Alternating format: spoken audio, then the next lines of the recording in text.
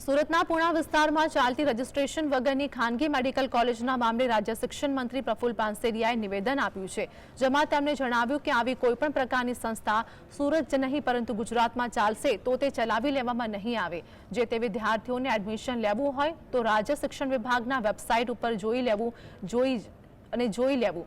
શિક્ષણ મંત્રી પ્રફુલ્લ પાનસેરિયાએ જણાવ્યું હતું કે આવી કોઈપણ પ્રકારની સંસ્થા દ્વારા જો સર્ટિફિકેટ આપશે તો તે સર્ટિફિકેટ પણ નોકરીમાં માન્ય રાખવામાં આવશે નહીં।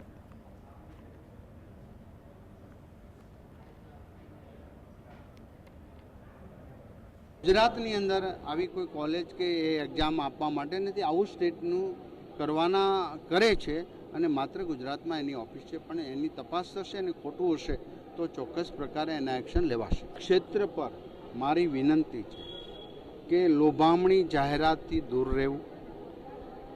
કોઈ કોલેજ કે કોઈ એડમિશન લઈને ડિગ્રી લેવાથી ક્યારેય તમને જોબ મળી જાય એવું નથી। તમે રેગ્યુલર ભણ્યા હો અથવા તો રેગ્યુલર કોલેજ જાઓ, એવી કોલેજનું ઇન્ફ્રાસ્ટ્રક્ચર હોય, ત્યાં જતા હોય પહેલાં જોવો, જાણો અને પછી જ એડમિશન લેવું જોઈએ।